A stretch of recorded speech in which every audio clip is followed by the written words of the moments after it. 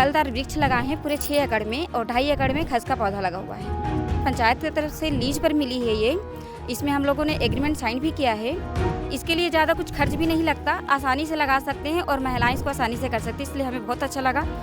खेती करने के बाद ये जो जड़ है वो लेकर भी जाएंगे, इसके लिए मार्केट ढूंढने की ज़रूरत नहीं, ऑलरेडी मार्केट अवेलेबल है। जड़ से तेल निकालने के बाद जो वेस्ट जड़ है उससे हम लोग इसको तोरण द्वार बना सकते हैं, हार बना सकते हैं, की रिंग बना सकते हैं।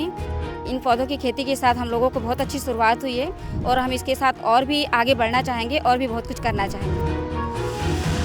ग्राम पंचायत की खाली पड़ी ज़मीन को गांव की ही कुछ महिलाओं ने लिया और यहां पर फलदार वृक्ष लगाने के साथ में शुरू की खस की खेती, और इस खेती के बल पर अब वो आत्मनिर्भर भी हो रही हैं। तो चलिए आपको मिलवाते हैं छत्तीसगढ़ के धमतरी ज़िले के परखंदा गांव की उन महिलाओं से। स्वयं सहायता समूह से जुड़ी ये महिलाएं एक अलग ही मॉडल पेश कर रही हैं खेती का।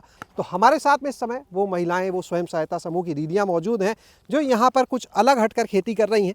उन्हीं से आज ये मॉडल हम आपको बताने के लिए, जानने के लिए पहुँचे हुए हैं।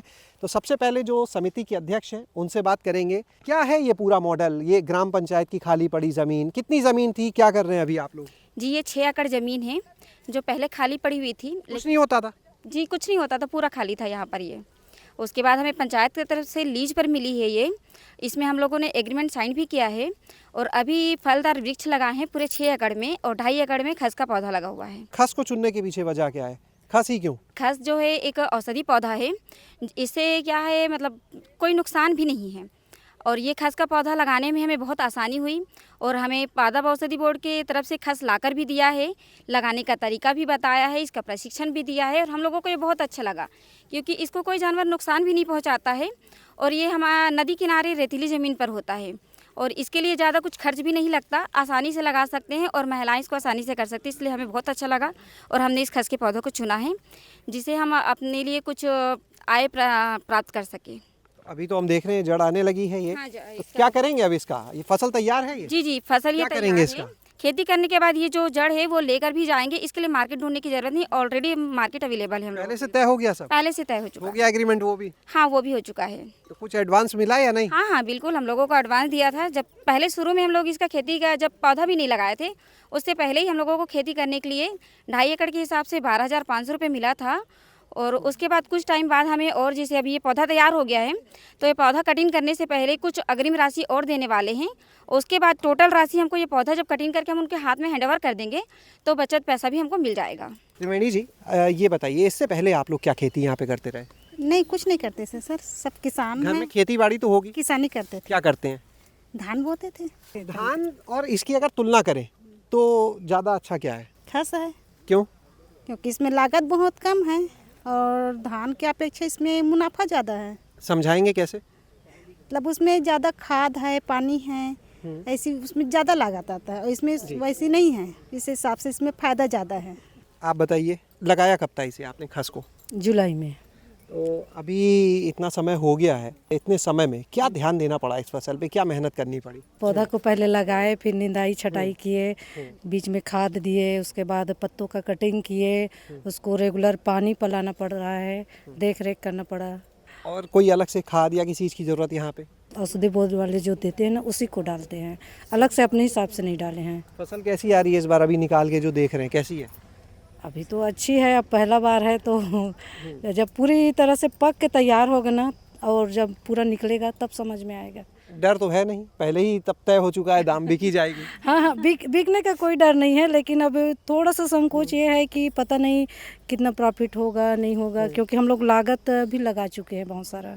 ये जैसे खस की जो जड़ है, तेल एक तो निकलता है, जी। अच्छा बिकता है, और क्या क्या इससे आप लोग करने वाले हैं या सिर्फ जड़ बेच देंगे काम खत्म? नहीं सर, जड़ तो हम लोग बेचेंगे, उसके अलावा जड़ से तेल निकालने के बाद जो वेस्ट जड़ है उससे हम लोग इसको तोरण द्वार बना सकते हैं, हार बना सकते हैं, की रिंग बना सकते हैं और कुछ ऐसे वैरायटी है बहुत सारी जो हम घर पे सजावटी सामान बना सकते हैं। जो हमारा जो वेस्ट जड़ है वो भी वेस्ट नहीं होगा और जो जड़ है वो ना कूलर जो खस है उसमें भी लगता है, तो इसका वेस्ट कुछ भी नहीं है, सब कुछ इसका उपयोग में आ जो जाएगा। आपने बताया तोरण द्वार और शोपीस की चीज़ें, सजावटी सामान, ये सब तो दक्षिण भारत में तो बहुत होता है, यहाँ पे क्या आप लोग को आता है जो बनाएंगे? हाँ बिल्कुल सर, क्योंकि हम लोगों को इसके 2 दिन से प्रशिक्षण मिला हुआ है। हम लोग प्रशिक्षण में सीख कर आए हैं इसको कैसा बनाना है और बहुत आसान है सर बनाना, तो हम लोग बिल्कुल बना लेंगे। कितने में ये 2.5 एकड़ की फसल चली जाएगी, क्या लग रहा है? 1 किलो के पीछे 100 रुपये है, तो हम लोगों को ऐसा लग रहा है कम से कम 1-2 लाख तो आ ही जाएंगे, ऐसा लग रहा है। अब कब तक इसको तैयार करके बेच देंगे, ये बताइए। अब लगभग ये फसल तैयार होने वाली है, तो इसको हम लोग जून में निकाल कर दे देंगे। आगे के लिए क्या सोचा है? अभी और भी कुछ फसलें हैं जो यहाँ पर लानी है, और आपने कहा कि 6 एकड़ में 2.5 एकड़ में खस है। हाँ। बचा जो 3.5 एकड़ खाली है, 3.5, उसमें कुछ सोचा है लगाने के लिए? हाँ बिल्कुल, जैसे बरसात आएगा ना तो हम कुछ जगह पे जैसे हल्दी है, सरसों है, सब्जी बाड़ी है, ये सब इसमें लगाएंगे। ये सब करने से पहले क्या करते थे? ये सब करने से पहले हम लोग कुछ नहीं करते थे, केवल हम लोग समूह में जुड़े हुए थे और अपना घर का ही खेती बाड़ी करते थे बस। इन पौधों की खेती के साथ हम लोगों को बहुत अच्छी शुरुआत हुई है और हम इसके साथ और भी आगे बढ़ना चाहेंगे और भी बहुत कुछ करना चाहेंगे सर। ये जितने पौधे लगे हैं फलदार, जी। ये तो फल आने वाले समय में देंगे, तो ये जो पैसा आएगा इन फलदार पौधों से फल आने के बाद, वो भी आप लोग का होगा या वो जहाँ से ग्राम पंचायत से ज़मीन ली है उनको जाएगा? जी नहीं सर, अगर ये अभी फलदार वृक्षों की हम लोगों को देखरेख करना है, इसको बड़ा करना है, इसको फल आने के बाद ये हमारी समिति की होगी। इसका जो फल है उसका कुछ % केवल हम लोगों को पंचायत को देना है, बाकी सब हमारी समिति की होगी, क्योंकि हम समिति ने इसको लीज पर लिया है, 9 साल का एग्रीमेंट हुआ है, इसलिए ये ज़मीन भी हमारी है और ये फसल भी हमारी है।